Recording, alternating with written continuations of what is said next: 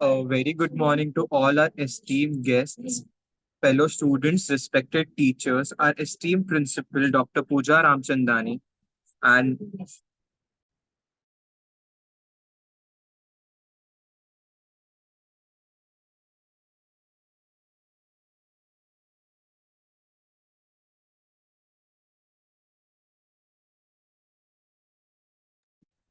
Please, please.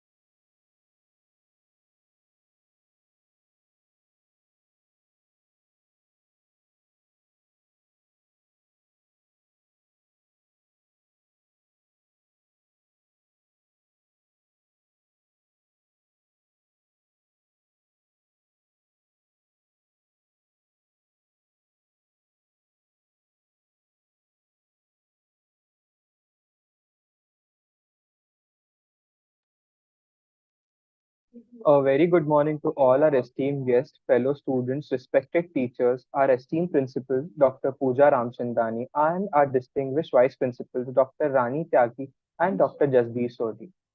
HR College of Commerce and Economics is Distinguished Constitute College under Hyderabad Sindh National Collegiate University, also known as HSNCU, Mumbai, proudly standing as a beacon of academic excellence and holistic development. With over 6,000 students enrolled in both degree and junior college programs, our institutes maintain a perfect gender balance, fostering an inclusive learning environment. Now, I would like Khushi to take over. I would like to introduce our principal, Dr. Pooja Ramchandani. Dr. Pooja Ramchandani is the pillar that makes it possible for all her students to shine the brightest. Ma'am has been an integral part of our college community as a faculty member in the Department of Commerce since 2000. With over 2 decades of dedicated service and including her tenure as a vice principal, she has fostered numerous student associations under her guidance. Her philosophy revolves around nurturing responsible student leaders who drive positive societal change. She firmly believes that hard work is the key to achieving success and excellence with no other substitute. Now, I would like to call upon our BFM coordinator, Ms. Shweta Singh, to introduce our guest speaker. Thank you, Kushi. Thank you, Kushi. Thank you, Uh, Kushi.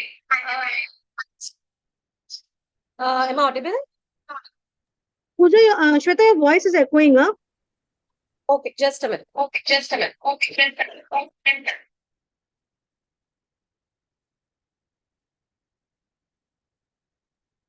Is it fine now? Yeah. Good Yes, morning, yes, yes. everyone. It's my honor to introduce our speaker for today, Dr. Kirti Nakhare. She's an associate professor in English at the Department of English, SIWS College of Commerce and Economics, Mumbai. Her areas of interest include analysis of traditional versions of the epics, subaltern theory, and comparative mythology.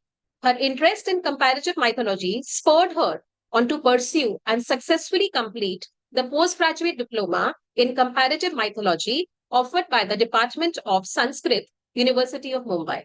She also has completed the online course on epics offered by the Oxford Center of Hindu Studies. Dr. Kirti has several publications to her credit and has presented papers at national and international conferences. We welcome you, ma'am, and over to you for the session. Thank you so much. Thank you so much.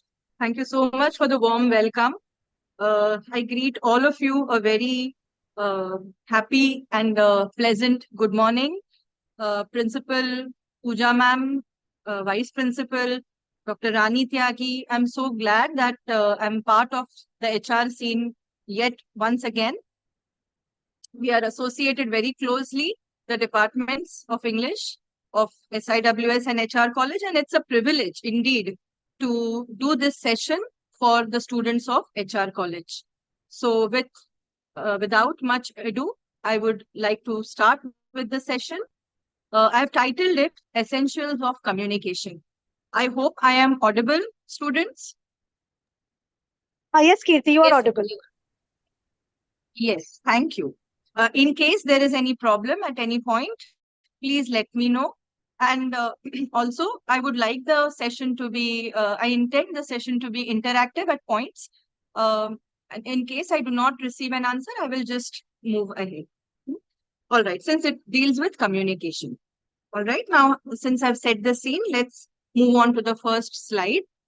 The title of this presentation is The Essentials of Communication. So in the course of this 1 hour, I would be dealing with the basics of communication that we all are aware of, because communication comes to us as naturally as breathing, I would say, and several other physical activities, non-voluntary physical activities, which we are born with. The moment a child cries, the child is communicating that he is alive, right? He or she is alive. So that is the first sign, or that is the first way in which a human being communicates. So if the child doesn't cry, that means there is something alarming, right? So we communicate from the time we are born till the time we are no more. In fact, when we are no more, we communicate something else when we are no more also. So communication is so vital. It is an integral part of us. We need to understand this fact. Firstly, now, yeah. So the first thing that we need to know is, what is communication? Communication requires how many participants? Can anyone tell me how many participants are required in order to communicate? Minimum of 2. Of course, we communicate with ourselves also. When we introspect, we communicate with ourselves, and that is also very important. All right. So communication is the process of passing information, or it is called as sending, and receiving. So these are two vital components of communication, sending and receiving the same from one person to the other through verbal and non-verbal means. Okay. So we all know that when we communicate, we can communicate verbally. Verbal strictly means the use of words. And non-verbal communication is communication that takes place in the complete absence of words. Okay. So we need someone to get back to us. We need feedback. So communication requires minimum of 2 participants, that is sender and the receiver. Sender sends the message and receiver receives the message. Although it looks very simple on the outside, there are many things that, are at work over here. Why do I say that there are many things at work over here? Because it's not as simple as, sender is sending and receiver is receiving. The sender is sending coming from a certain place. Okay. And the receiver is receiving from a certain situation or from a certain place that he or she is in his life at that moment. Okay. So sending and receiving, encoding and decoding is dependent on several factors. Okay. For instance, when I'm happy, I might receive a message in a different manner. If something that is not good could be received positively. But when I am feeling very low, when I'm out of spirits, maybe the same message could be interpreted differently. Okay, so a lot of things are at work when we are encoding, and the same thing happens when I'm sending a message. Maybe I'm not in the right frame of mind and I just type a message very angrily. Okay, so that could not really be me. It could be my anger that is being expressed, an emotional state. Okay, so sending and receiving, although it looks very simple, it's not, the process of communication is not as simple as it comes across. Okay, but anyway, at this point in time, all that we need to know is two participants are essential, the sender and the receiver. And they both have to be equally contributing to the process of communication, because the sender sends and the receiver receives. On basis of what the sender sends, the receiver decodes it, again encodes a new message. The sender again receives it. Now the sender becomes the receiver, and that is how the communication cycle moves on. Now, as students of commerce, we need to know a definition, which is a very basic definition by Peter Little. Before that, let us see where the word communication comes from. The word communication comes from the Latin word communicare. Now, what does communicare mean? Communicare means to share or to make common or to transmit or to impart. What do we share? What do we make common? What do we transmit? Or what do we impart? Knowledge. I mean, knowledge is a very big term. Information. Let us put it simply as information. Even emotions are information only, no? Of some sort. Even facts are information. Okay, so when we share or when we make common, when we transmit or when we impart, we are sharing information of different kinds. It could be technical information, it could be personal information, it could be information which is relevant for you to get through an exam. Okay, so who enables us to do that? It is communication, right? So communication comes from that word, which means communicare, which means to share or to make common, etc. All right.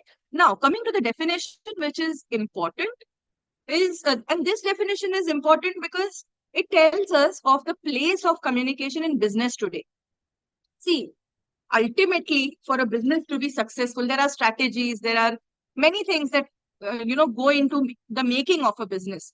But for a business to be successful, everything, all the services, everything has to be streamlined, in a certain manner. And for that, you need communication. And that communication has to be planned. Okay, it has to be planned and it has to be executed well. You might have all the capital in the world. Your business might be, you would have employed the best kind of people in the world. But if there is no coordination, if there is no communication, if they're not, working in consonance with each other, then the business is doomed to make losses. All right. So communication is very, very vital to an organization. All right. Now let's take a look at the definition by Peter Little. What does he have to say? He says communication is a process by which information is transmitted between individuals and or organizations. Okay, so between individuals or between two organizations or between individuals of similar or different organizations. Because ultimately, organizations, what are organizations? They're not buildings, huh? They're human beings that go to make organizations. All right, so that an understanding response results. So what is communication essential for? Understanding. Please understand this one thing, students. We communicate in order to be understood. That's the ultimate aim of any communication. If you analyze anything, when you're writing an exam, you give the best, you write your answers in the best possible manner. Why? Because you want the person who assesses your paper to understand that you have studied. Yes or no? So if the person understands properly that, okay, you have studied and you have written good answers, you get the deserving marks. All right. Similarly, if I have to make a presentation at my workplace, the person who is a client has to understand that I know what he wants. So ultimate aim of communication is to result in understanding. Understanding between whom? The sender and the receiver. And for that, there are certain C's of communication, which we will take a look at at the end of this presentation. Okay, so how to make yourself understood in the best possible manner. Okay, so I hope you all have you all are following so far. If there is any problem, please let me know. Okay, so far what we have taken a look at is communication requires two participants minimum, sender and receiver. Sender encodes, receiver decodes, and there are many things that go into the communication cycle or the process of communication. And communication, the ultimate aim of communication is to result in an understanding response. That is the ultimate aim of any, be it formal or be it informal. We want our friends to understand us, isn't it? We want our parents to understand our situation. We want our colleagues to understand. We want our clients to understand the best that we can offer them. Okay, so understanding is the ultimate goal of communication, be it in any form. Okay, now let's take a look at the process. The messenger is the sender. As we can see, what does the messenger do? Information is shared. The message is shared with the recipient or the receiver. Okay, now this process of sending the message is called as coding or encoding, and the receiver decodes the message.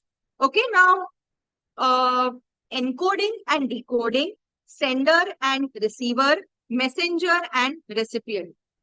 Also, this doesn't happen in a void, isn't it? We need a channel. We need a medium. Okay, so and there has to be some code in common at the same time. For instance, most of the colleges have English as the language of communication. Languages are codes. Please understand. The medium of instruction, the medium of instruction is English. Why? Because it is a commonly accepted code across colleges. Okay, so that is because we know that students follow English. Hence, you use English in order to communicate with students.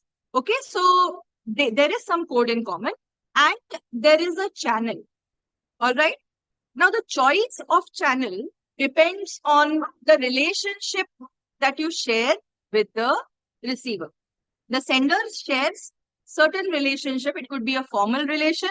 It could be an informal relation. Now, supposing a student wants to tell the class teacher that he's going to be away or she's going to be away for 15 days. Obviously, the student is not going to send a random WhatsApp message. There is a channel, right? The student should write a formal letter or send a formal email to the class teacher or whatever the system is followed in the college. But it has to be a formal channel. Why? Because the relation between a student and a teacher ought to be formal. So the channel that is adopted has to be a formal channel. Okay. Whereas if I have to tell my friend, my best friend, that I'm going to be away for a week, I'll just WhatsApp message, right? Or I'll use some other way which is considered as an informal channel. All right. I could even call her, depending on the kind of friendship that we share. I could even call her in the middle of the night, saying that, see, look, there is an emergency and I need to go. Please do certain things for me. I mean, that can happen. See, the time of the message, the time when the message is sent, or when you make that call, or the manner of communicating, the choice of channel, all of this depends on the relationship that the sender shares with the receiver. So, although deceptively, the process of communication looks simple outwardly, there are several complexities. See, end of the day, students, we are dealing with human beings. Right? The sender and the receiver are both emotional beings. We human beings are emotional beings, right? So we have to factor in those things when we think about the process of communication. Okay. So sender, receiver, encoding, decoding, the message, medium or the channel. Okay. You cannot, a student cannot go and verbally, orally tell the teacher, ma'am, or you could do that. Orally also you have to tell, but the class teacher will tell you, please give me a leave note for 15 days because I need to take care of your attendance. right? You need to have a valid reason. Okay, you're appearing for your exams, professional exams. I need to have something in written, I mean, something in writing as for documentation. Okay, so it depends on the relationship between the sender and the receiver. Okay, so and of course, when we communicate, we need to have a code which ought to be common. Therefore, you share inside jokes with your friends because you know certain things which the outside world doesn't know. Families share inside jokes which outsiders do not know, right? So these are various layers of communication which add to the complex, the complex tapestry of communication, right? There are several layers, and all those layers are very beautiful. Let me tell you that. All right. So, of course, depending from the point of view of a businessman, what is important? All this is important. Definitely. Sender, receiver, encoding, decoding, message, medium. But for a businessman, the most important element is feedback. And not only for a businessman, anyone, all of us need feedback. Be it a teacher, be it a shopkeeper, be it a large, a large business house. Because see, we are incomplete without the other person, right? Your businesses are doing well because people are buying your products. And if you do not get positive feedback, then at some point in time you have to shut shop. Okay. The same thing happens with teaching professionals. If you find that students are not paying attention or students are finding your lectures boring, then at some point in time, you have to do something. I mean, in fact, that is why, face-to-face communication, offline lectures are preferred because the teacher gets a chance to change the method of teaching then and there. You have to go by your instinct.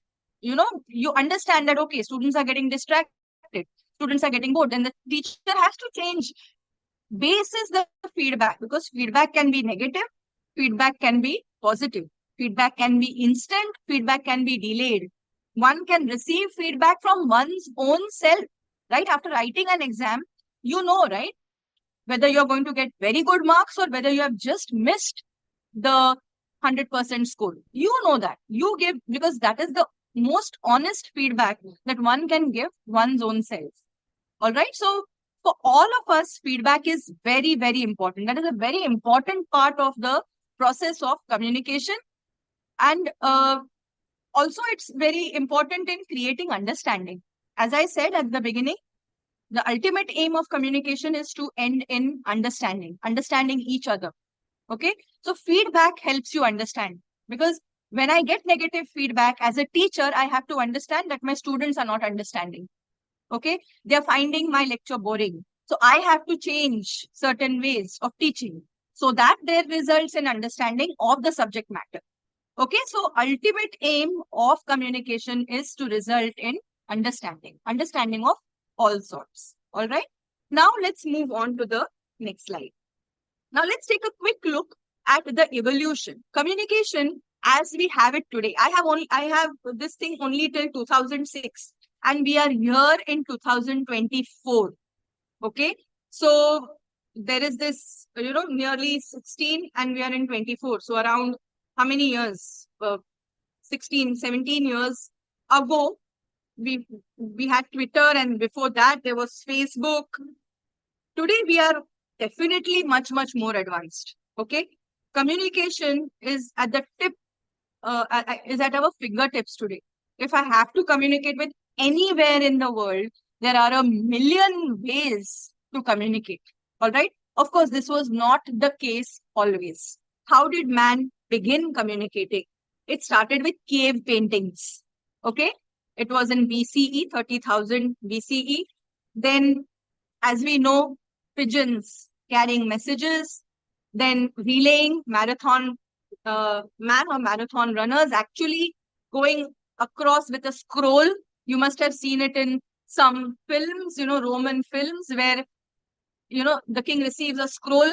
So those were ways of communicating. Then we had the common era, newspapers, telegraph, used to send across telegrams.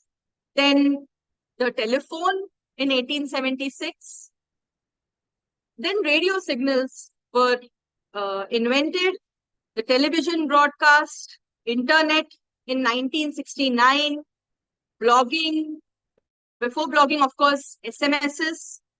I personally belong to a generation that has seen the use of pagers. Okay, way back in 97, 98, people never had mobile phones because mobile phones were very expensive, and making calls using mobile phones, we had to pay for incoming as well as outgoing, and the rates were very high then. Okay, so anyone who had a mobile phone was obviously very, affluent, belonged to an affluent family. And then, what would people do? They would carry pagers. Pagers had numbers, alphanumerical. Alphanumerical is you could even message. The slightly better off ones would have alphanumerical, only the numbers, that is when you could only see numbers. Okay, I have to call this number, right? So pagers, mobile phones, and then the mobile phone revolution, so to say, took place somewhere after 2002, 2003. I remember having a Nokia phone way back in 2003, I guess. And that was such a, joy having a mobile phone. And, actually personally owning a mobile phone was such a joyous moment. And it was a very simple phone, the type, of course, at that point in time, only those phones were in vogue. The touchscreen and all came much, much later. Then BlackBerry and all that. Having a BlackBerry was also considered to be something prestigious. And today, of course, there are so many varieties. All right. So from there, coming to 2024 has been a huge leap for all of us. Okay. In the meanwhile, we also saw that the telegram services were discontinued, say 3 to 4 years ago. And that was a very sad thing for many of us, because we received telegrams when we cracked some exam.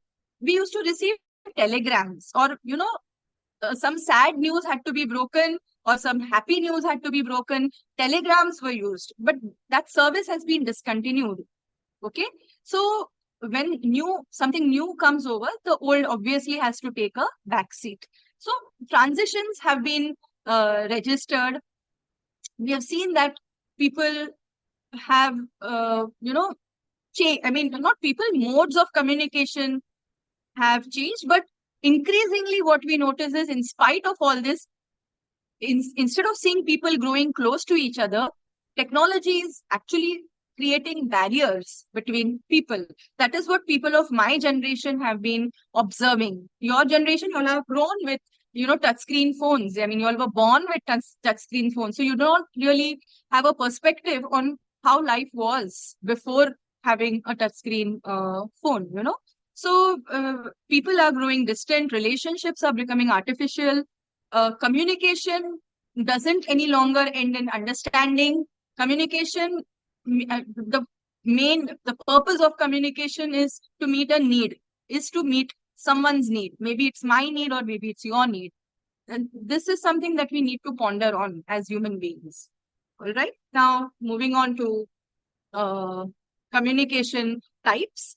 Within an organization, if you think of an organization vertically and horizontally, vertically is, I'm referring to the hierarchy in an organization with, the managing committee at the top and the new recruit at the bottom. Imagine a vertical line, all right? And there are steps, a hierarchy that I'm referring to, all right? So communication that moves up and down a hierarchy is called as vertical communication. So at the bottom of the hierarchy are the subordinates, and at the top of the hierarchy are the higher-ups or superiors. So communication that moves from subordinates to superiors is called as upward communication. Communication that moves from superiors to subordinates is called as downward communication. So we have vertical upward and vertical downward. Okay. Now what goes up? What goes up from subordinates to superiors? Can anyone tell me what kind of communication moves up the organizational hierarchy? And is it essential? Yeah, anyone? What moves up an organizational hierarchy?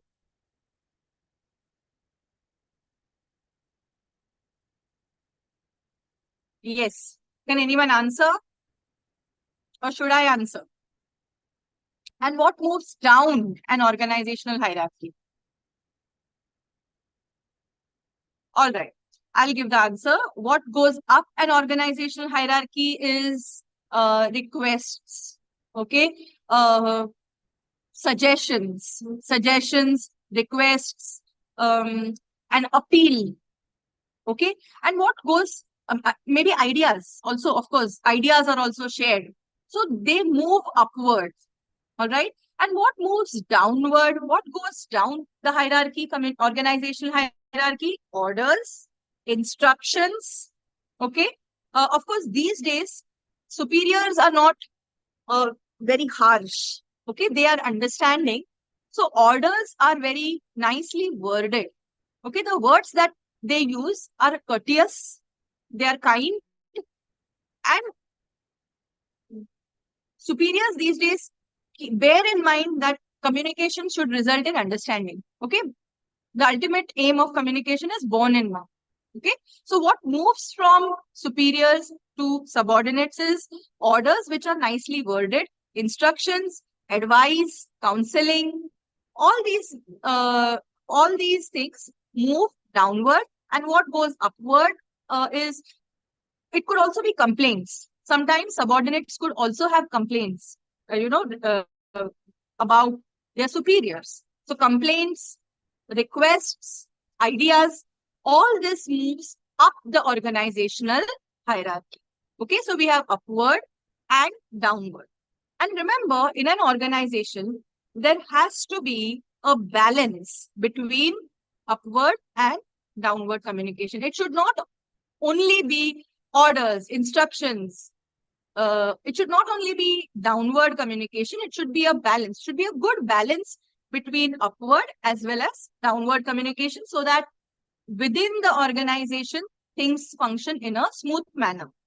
Nobody should have complaints. Nobody should feel unheard, right? And for that, there are suggestion boxes, there are suggestion schemes, so that if the subordinate or if the employee feels, okay, I'm unable to share my thoughts with superiors, you can just quietly put it in a suggestion box. All right. Or it used to be called a complaint box, but that's a very negative way of putting things. Okay. So in the suggestion box, you can just write on a sheet, a chit of paper, and just fold it and put it in the suggestion box. So a complaining employee is changed into a suggesting employee if the suggestions are worked on. The suggestion boxes should be opened within, at regular intervals, and action should be taken on those suggestions, right? Constructive, positive action should be taken. The ones that come up with very good suggestions should be rewarded. All these, a system has to follow in an organization in order to ensure that the organization is functioning smoothly. Please understand this. Okay, so upward, and vertical downward communication. Also, there is horizontal communication. Now, what is horizontal communication? Horizontal communication takes place between people of the same level. Vertical upward, vertical downward takes place. Vertical upward and vertical downward communication takes place between people of similar or different levels. Can you tell me? Can someone tell me? I can see that there are answers in the chat box. Yeah. Ma'am, Can sorry to someone tell me? interrupt.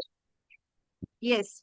I just wanted to inform you that because we have a huge number of students, so we are not allowing them to unmute themselves at random.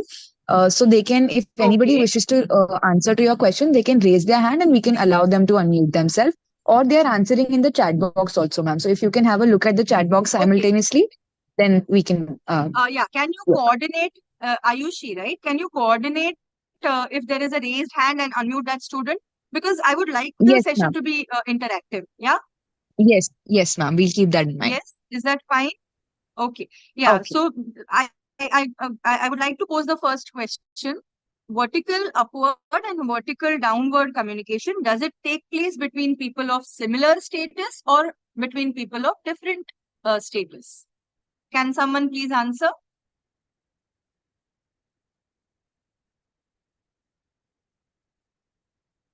It's a very basic and a simple question.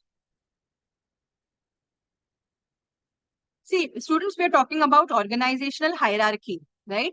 So when we are talking about organizational hierarchy, you have subordinates at the bottom of the hierarchy and superiors are placed at the top end of the hierarchy. Okay, so vertical upward is communication that moves from subordinates to superiors, and vertical downward is communication that flows down the organizational hierarchy. That is when superiors communicate with the subordinates. Okay, now we'll move on to the next type, that is horizontal communication. Okay, horizontal communication takes place between people of the same level. For example, I talk to my colleague. That is an example of horizontal communication. Students communicating with students, example, students of the same class is an example of horizontal communication. Okay. So, and that communication is more comfortable. A lot of work gets done because of horizontal communication. Okay. And diagonal is when you jump hierarchy. Yeah. For example, a manager of finance department directly goes and addresses the chief manager or the general manager of the sales department. Manager of finance department communicating directly with the general manager of sales, finance and sales, two different departments, different levels, not going through a proper channel. That is called as diagonal communication. Now, diagonal communication has certain rules. You have to keep your there is a certain protocol that needs to be followed, and these are unsaid rules, within an organization. For example, I am a manager at in the finance department. I need to keep my superior informed that I will be communicating directly with the general manager of sales department because a certain job has to be done. That is protocol. Okay, those are manners that one needs to follow. Otherwise, what could happen is instead of understanding, there could be a misunderstanding that could take place. Oh, she's trying to outsmart me. She's trying to hide something from me. So in order to avoid all that kind of stuff, one needs to keep people in the loop.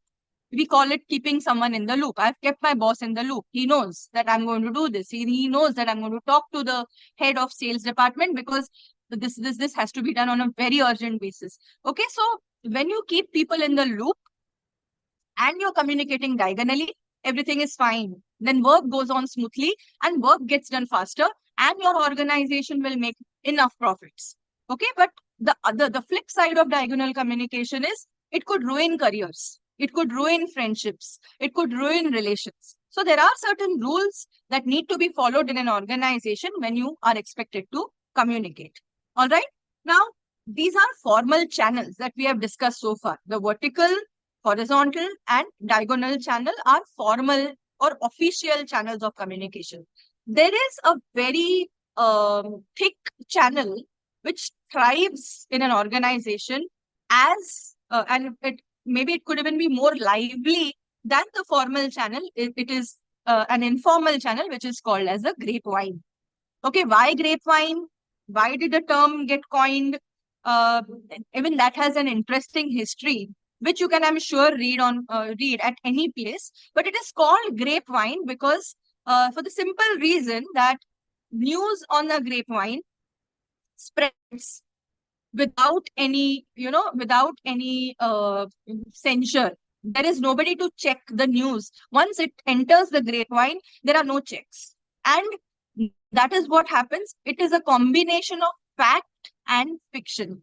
You don't know then what happens. Once a small bit of news gets shared on grapevine, it assumes such different, it gets manifested in some horribly different form that the original fact is completely far removed from the ultimate outcome. Okay. But grapevine can be used positively by organizations because you can mainly use it to gauge what do the people feel. We have our exit poll now before every election. What is exit poll? It is a sort of glorified grapevine. Exit poll, what is exit poll? You just kind of gauge, na? Okay, what do people feel?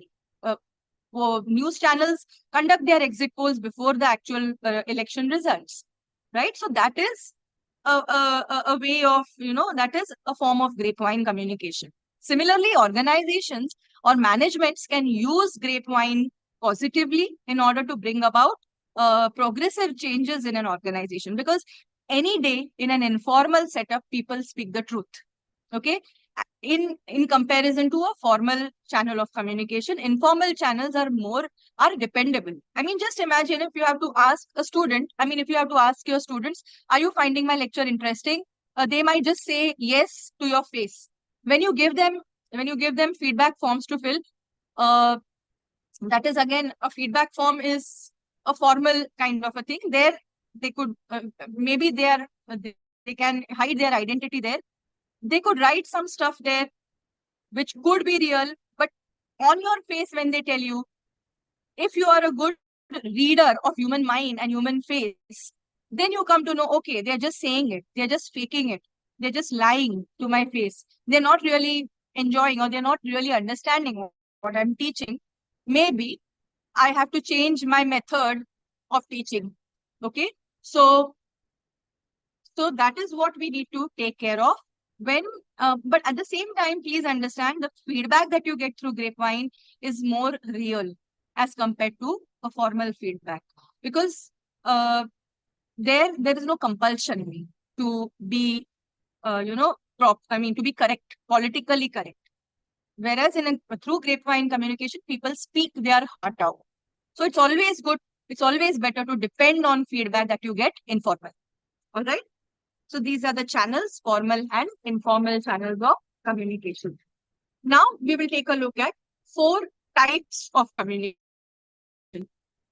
We have verbal, paraverbal or para-language, body language, and personal space. Okay, so when we communicate, students, we communicate as a whole. We are human beings, right? We cannot keep, when I come to college, I can't keep my heart at home and come. I cannot say, oh, I have to communicate only, intellectually with my students, with my colleagues. My emotions are going to be present. They are going to reflect. They are going to raise their head out when I speak, isn't it? So when I communicate, I am going to communicate as a whole, WHOLE. All right. So words, I communicate through words, and my words are supported by body language. Imagine my video, you can't see me, right? The screen is full of words here. I'm sharing screen, and there's some issue with the video, so you can't see my face. But just imagine, in real life, you go to class and there is a thick black curtain. I usually use this example, a thick black curtain between you and the teacher. Okay, the teacher is speaking, she's trying her best to modulate her voice so that the message reaches you most impactfully, in the most impactful manner, but you are unable to see her face. That is her facial expressions. You're unable to see her body language. You're unable to see what she has worn. Okay, you're unable to see her hand movements. You're unable to see all those things which actually add meaning to the message. So body language and words always go hand in hand in order to create the required impact. Therefore, we teachers didn't like, during the COVID, we didn't like lectures being organized online. Why? Because we never knew whether we are being impactful. We never knew whether our message is reaching in the way we want it to reach. Okay, we couldn't gauge, we couldn't get instant feedback. All right, so words and body language, these two are very important to communicate. Now, what is para-verbal? Para-verbal is also called as para-language. Para-language is the tone, the pitch, and the speed that you use to convey something. Okay, For example, you have done something wrong has happened, and your mother feels you have done it purposefully, and in reality you have not done it, and your mother forces you to apologize. Okay, how will you apologize? Will it be a genuine apology, or will it just be, I'm sorry? It will be a hurried, it will be a rushed apology, where the other person will definitely know he doesn't mean, or she doesn't mean. She has been forced to blurt out those words. Okay, so how will the other person know? Through your tone, through the pitch, through the speed, okay, of your words. All right. A genuine apology is very, you think, you take time to apologize, and it's not very hurried. You sound genuinely sorry. Okay. So what differentiates a fake sorry and a genuine sorry? It is the paralanguage. Okay. Paralanguage is to oral communication what punctuations are to written communication. Okay. When the same thing, when I have to say sorry, when I have to write, I usually will not only say I'm sorry, I will kind of give a justification. Okay. I will use the right punctuation marks. I'll put commas, I'll put full stops, I'll put exclamatory marks, I'll maybe add dialogues. All right. So punctuation marks are also a way of, expressing what is there on your mind. And when we speak orally, that is, when we deliver a speech or when we are having a conversation, we cannot put punctuation marks, by hand. We cannot say, okay, bye, full stop, see you tomorrow, full stop, what are you doing tomorrow, question mark. That doesn't happen. Na? That happens through the way we deliver, through, the tone, the pitch, the speed. Therefore, when we speak a language, we need to know how to enunciate expressions, how to pronounce every word, how to express. Otherwise, every language we need to study the para language of every language. Okay. And that happens only with experience and expertise to use a language correctly. Okay. The tone, the correct pitch, and the correct speed, because that adds a lot more of meaning to communication. Okay. And another way of understanding what is happening, in the mind of a person is through the use of space. If body language is called as kinesics, body language is also called as kinesics. Your facial expression, the way you use your gestures, your posture, yeah, the way you dress, that is part of body language, which is kinesics. What is proxemics? Proxemics is the study of use of space around you. Okay. The way you use space around you, simple thing like the way you arrange your bag, your handbag, says a lot about you. You have a locker in college. How do you arrange your locker? How do you keep your files? Okay. How do you arrange your space? Speaks a lot about you. There was an ad, way long ago. It used to have this jingle. I think it was Asian Paints ad. हर घर चुपचाप से ये कहता है कि अंदर इसके कौन रहता है. Okay. So what is this हर घर चुपचाप से ये कहता है? Every home has a story about who resides within that home. Because the way the people, if there are 3 people or there are 4 people or there are 2 people living in a particular house, the way they arrange things, the kind of things that are within that house, the way space is arranged, is it cluttered, is it untidy, is it unclean? That reflects the mental state of the residents of that place. Okay. Also, the proximity that is shared between people, the space that is shared between people says a lot about the relationship that they share. All right. For instance, if you see 2 very good friends, as teachers, we come to know, within the first few days, who are best friends in the class, because they like to share the same bench. They are very close. They eat from the same tiffin, or they don't even, they always are together. They usually have their hand on the shoulder of their friend when they are, coming in the college or outside. Or that shows the physical space that is shared between individuals, also shows the kind of relationship that is shared between them. Okay. That study is called as proxemics. So kinesics is body language and proxemics is study of use of space. Okay, so all these are non-verbal. Words are absent here, na? Through para-language. Tone, pitch and speed is not words, but it expresses a lot. Body language is how you use your facial expressions, how you use your gestures, your posture. Just imagine you have stood first or you have cracked your CA final at the first attempt. Just check your posture. Your posture will be jubilant. Your shoulders will be, you'll be upright. Your face will be beaming with joy. So you don't have to tell that you have cleared it. Your expressions, your body language says that you have cleared a particular exam. Okay, so body language and verbal, both are required. Please understand this. Verbal and non-verbal communication, that is body language and words, are both essential to make a message effective. One without the other is not really a good combination, not a good idea. Okay, and also the way you use your space speaks a lot about. Also, the space that you share with someone speaks about your relationship with that person. All these come under non-verbal aspects of communication. Okay, now for us as students, you all will be doing a lot many presentations. So please understand that 93% of our communication is non-verbal. Okay, and 60% of people are visual learners. People learn well when they see. Okay, seeing is believing and seeing is the best form of learning for certain people. You will have to make several presentations across your life.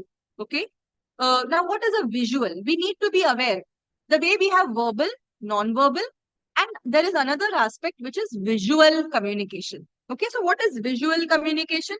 Anything that you can see. You can see this slide, right? You can see the choice. You can see the choice of color. Here, the title is purposely, I've used blue here. And these points are created using black. Okay. Now, why is this so? What looks better? Even a slight change in the shade, slight change in the color makes the message more impactful. Please understand, we have to be very careful when we are creating visuals. Okay, so what is visual communication? A visual is a drawing. Is it an emoticon? Just this morning, I came to know that there is, an emoji is different. Emoji, emoji, however you pronounce it.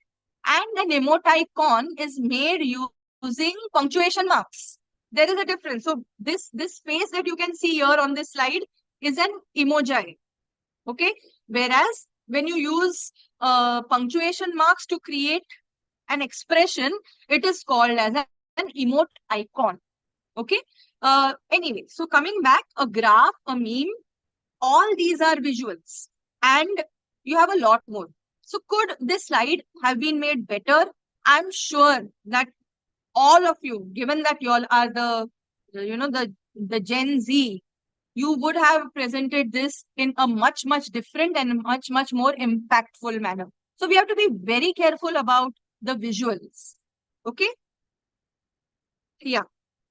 Now, what are the types of visual information? You have images, you have graphs, charts, videos. We have to take care of font, type, size, color, formats, bullets, indents, all that. Okay. Now, over here, this is a poem. This is a poem by Arun Kolatkar. Now, right from the title, can you see the butterfly by Arun Kolatkar? How it is designed? Doesn't it look like a butterfly itself? It does, right? And these butterflies actually fluttering their wings here, doesn't it add to the poem? There is no story behind it. Just a moment. Okay, there is no story behind it. It is split like a second. It hinges around itself. It has no future. It is pinned down to no past. It's a pun on the present. It's a little yellow butterfly. It has taken these wretched hill under its wings. Just a pinch of yellow. It opens before it closes, and it closes before it opens. Where is it? Okay, so it speaks about the butterfly, but also at a slightly higher level, it speaks about the transitory nature of life. Okay. Life is flitting, just like a butterfly flits around. Okay. So these visuals, right from the way the title is structured, and you can see these yellow butterflies that are flitting, fluttering their wings. All these add to the impact of the poem. All right. So we need to be very careful about the visuals that we use. Okay. Now coming on to the last bit of the presentation, that is C's of communication. Firstly, when I said that when we communicate with the motive of resulting in understanding. So first thing, that the first C of communication is there has to be clarity. Be clear. You want leave? Just say that I have come. When you go to meet the principal, tell him or tell her that, sir, madam, I need leave. Be clear. There is no need to beat around the bush. All right. Be concise, to the point. There is no need to use big words. There is no need to use words that there is no need to use jargon. Now, what is jargon? Jargon is vocabulary that is used by professionals. Now, if a doctor is talking to a doctor, it's fine if he uses medical terms. But when a doctor is communicating with a patient, doctors usually do not use medical terms. Okay, they use the local language that is understood by usual normal lay people, okay, who are patients. So be clear, be concise, that is to the point, be concrete. Now, what do you mean by being concrete? When you're preparing a report, for example, some students attended. Now, when today's report will be prepared after this session, few students, out of which there were more girls and lesser number of boys, or maybe vice versa, will that report be considered as an authentic report? Not really. Shouldn't be considered. There has to be a certain protocol. Okay, for instance, there were around say 190 participants, out of which 175 or 180 were first year BCom students.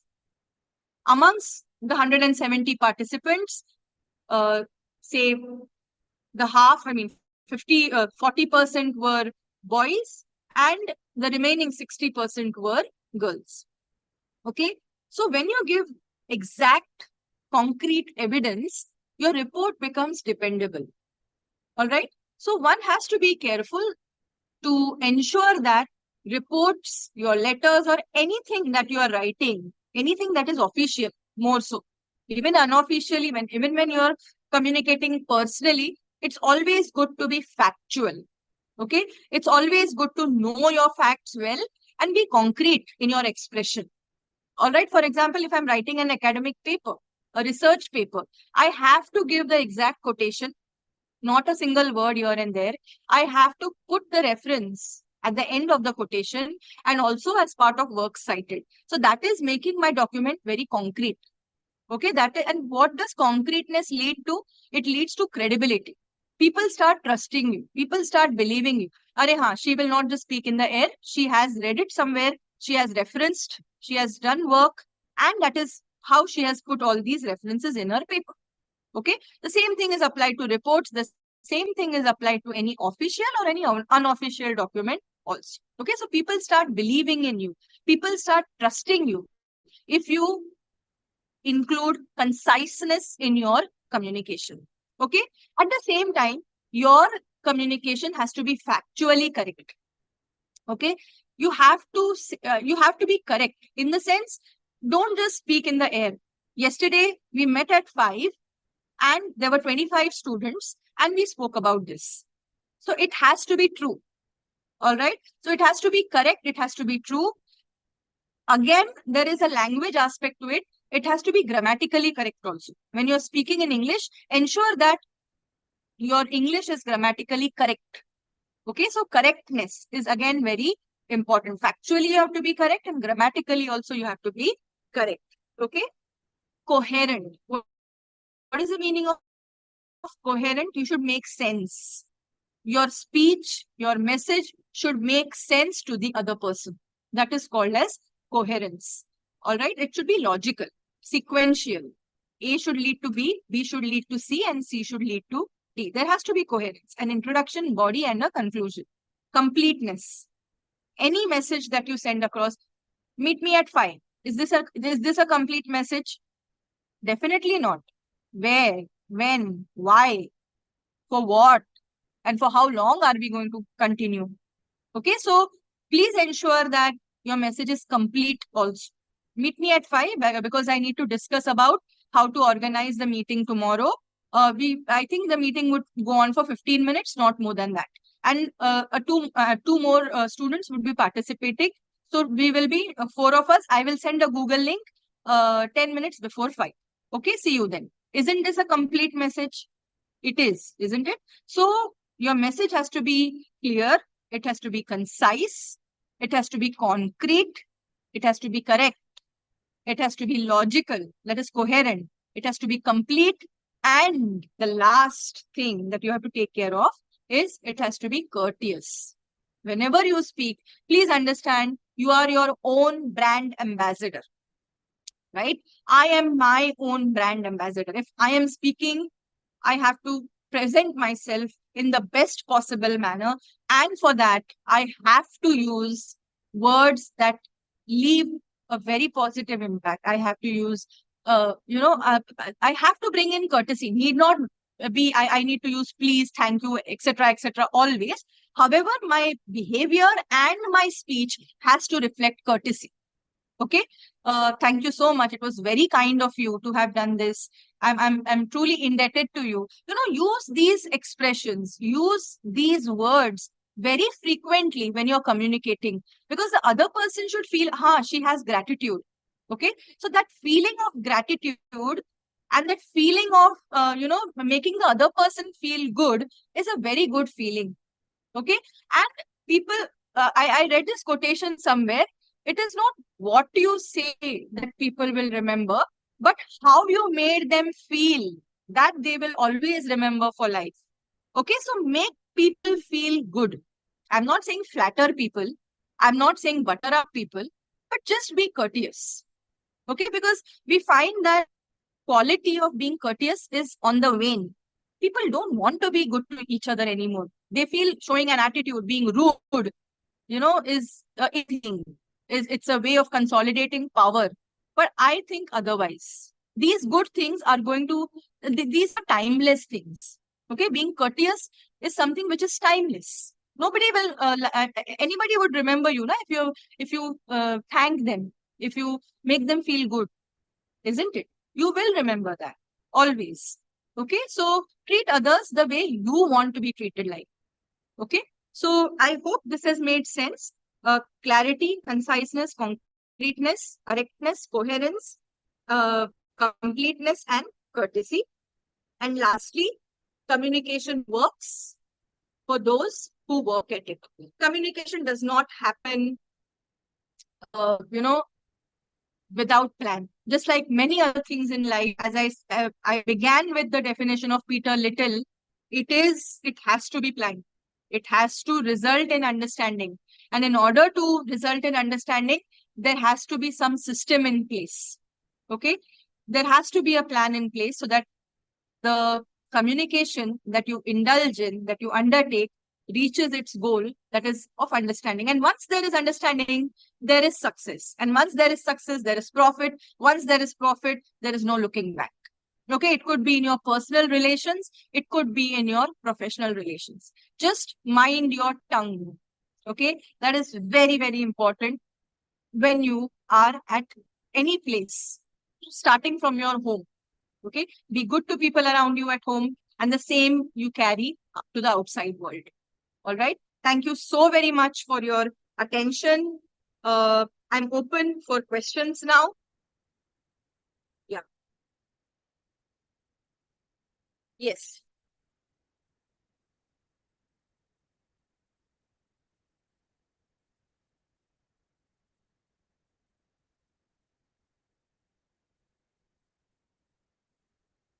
Are there any questions?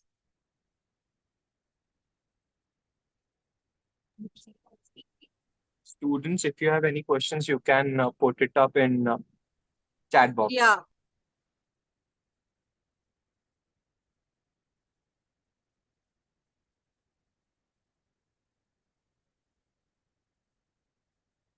Yeah, I can see a question here. How do we improve our communication skills?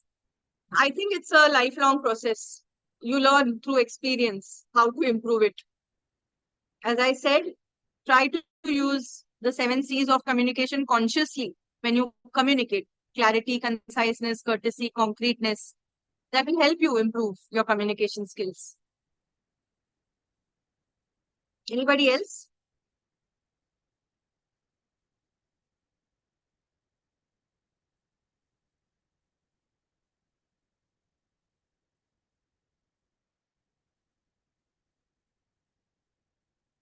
Okay, how to make yourself seem more approachable. Approachable is by being pleasant. Okay, approachable is through maybe your body language. Your body language. See, many a times what happens is people go by the way you behave. Sometimes people have a very different kind of a body language, but they end up being very nice and friendly. Such people could, ask such kind of a question, how to make yourself more approachable. Uh, Work on your body language. Try to be pleasant. Okay. Aggressive. Maybe your body language is aggressive. Try to control that. Try to tone that down. Maybe your words could sound harsh, but in reality, you don't mean to be harsh. That could, if you tone all these things down, maybe people could find you more approachable. You're very outspoken. Maybe you call a spade a spade. That is why people find you rude and outspoken and hence less approachable. Maybe you can tone that down so people could find you more approachable. Yeah, I hope I've answered the question. Can you please explain diagonal formal communication once again? Sure. And sometimes you have to say no. So how do you do that without hurting the opposite person? I'll get to that question. But before that, I would like to explain diagonal communication. See, we have vertical, horizontal, and diagonal. Diagonal communication is when you, jump authorities or when you jump hierarchies. As I said, I belong to the sales department. I'm a manager in the sales department, and I have to approach the general manager of finance department because I have to get certain facts right. Now, in such a scenario, I have to keep my seniors because I am manager. I'm several levels, lower to the general manager, several rungs lower on the organizational hierarchy to the general manager, maybe 3-4 rungs lower. Are you understanding? So when I have to communicate directly with the general manager, either the general manager of finance or maybe the deputy general manager of finance usually communicates. Now they are horizontal. They are at the horizontal level. But when as manager, I have to directly communicate with the general manager of finance department, sales department manager directly communicating with the general manager of finance department. It is done out of purpose. Okay, it is done purposefully, and the purpose is the betterment of the organization. In such a scenario, I have to keep my boss, who is maybe senior manager, and the senior manager will keep his boss informed that manager Mr. Singh is going to communicate with the general manager. Okay, it's always good to keep your reporting boss in the loop. That is diagonal communication. And diagonal communication has to happen very often. Otherwise, work gets stalled. Supposing my boss is absent or his boss is absent, I will not want the work to stop in their absence. So I have to take it ahead and I have to communicate with superiors of other departments. That is diagonal communication. But in such a scenario, I have to keep my immediate superiors informed. Okay, please bear that in mind. Yeah, sometimes you have to say no. So how to do that without hurting the opposite person? Yeah, these are boundaries, that you have to, firstly, you have to be aware of yourself, of what you're doing. Okay, and if you're justified in saying a no, put yourself first. I always remember the students, as you're growing, if you do that from now onwards, it's good for you. Put yourself first. Don't inconvenience yourself for yeah, if it is something very urgent that requires your attention, please go out all way to help the other person. But when it is prioritizing some things over the other, I don't think there is any harm in saying no. You can always do it in a pleasant way. There is no need to be rude when you say a no. Okay, justify it very shortly, very concisely, and say that maybe some other time it can be done. Today it's not convenient. Words have to be chosen rightly when you say a no. It's just that, so that the other person doesn't get hurt. Use words, use positive words. Don't say I will not. Instead of that, use I'll be unable to make it this time. Maybe the next time around, maybe the next week around this time we could plan. Okay, that is how. Don't use negative words. Use words which are not negative to send across a negative message. Please understand this. The choice of words is very important. Okay.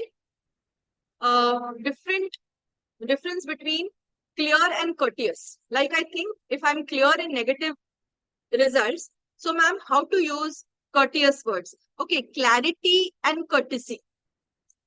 Clarity and courtesy, again, that is what I said, na, choice of words. When you are clear that you are not going to do it, I'm sorry for inconveniencing you. For example, someone has asked you to do something. I'm sorry for the inconvenience that I've caused, but this time around, I will not be able to do it. It's okay to say that very clearly, that I will be unable to do this as I'm occupied with something else, which is urgent. Once that is out of the way, I will be in a mental space to help you with things. You can put it that way, students. Please understand this.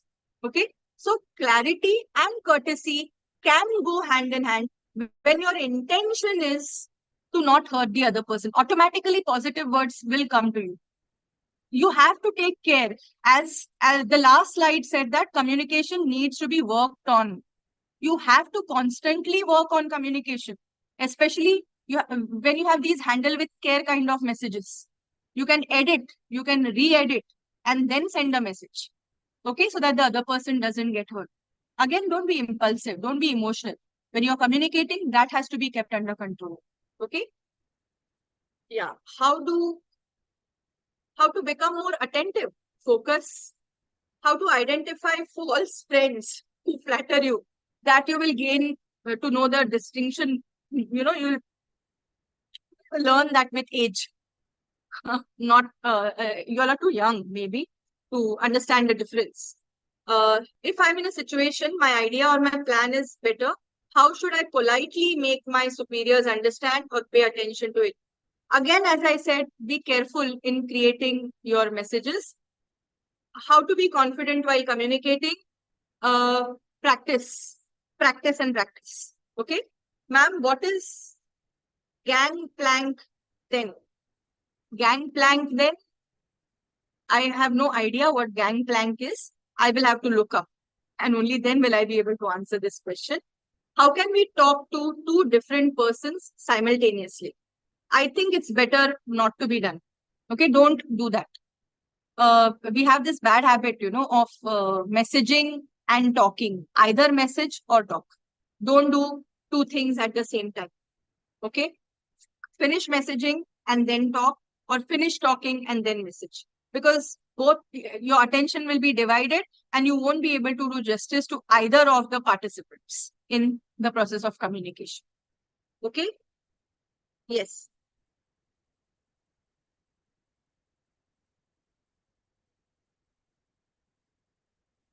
Yeah. Gang plan. Acha, it was gang plank. I think there was a typing error. Gang plank. Okay. So gang plan is direct communication between same level. Okay. Gang plan is horizontal communication. Horizontal communication is between similar levels. Yeah. And a lot of work gets done horizontally. Again, it's gang plank, or is it gang plan? Means scalar chain. Okay. These are new concepts eliminating. Is it better to tell a person you have hurt me, or just be silent? It's better to tell a person. It's better to tell a person in a nice way. Okay? Because people are not gods, na? We are not God. How will we know? Sometimes it happens unknowingly. You hurt a person unknowingly. Okay? It's not intentional. Because people could get hurt by something which the other person is not aware of. So it's always better to speak your mind. Yeah, grand plan. Okay. Whatever it is, I will definitely look up students. I'll look up this term. Thank you for adding to my repertoire of knowledge. Yes, anything more that you need to know? Ayushi, shall we call it a day? Yes, ma'am. Thank you for your valuable information on the topic of communication. Your input on the process of communication, evolution of communication, where we were and where we are, formal, informal communication, and how communication is incomplete without expressions, really gave us an insight on how communication is important in our personal as well as professional lives. I would like to thank Rani ma'am, Shweta ma'am, and my co-volunteers, also all the participants who have contributed. Thank you. And thank you, students. I hope I have made sense to you all. It was pleasure, as always, interacting with students of HR College. Thank you. I would like to thank the principal of HR College. I would like to thank my dear friend Geeta Sahu, Dr. Geeta Sahu, for inviting me for this induction lecture series, and also Dr. Rani Tyagi for coordinating. Thank you very much, and I wish you all a very nice Saturday and a weekend ahead. Thank you. Bye-bye. Have a great day.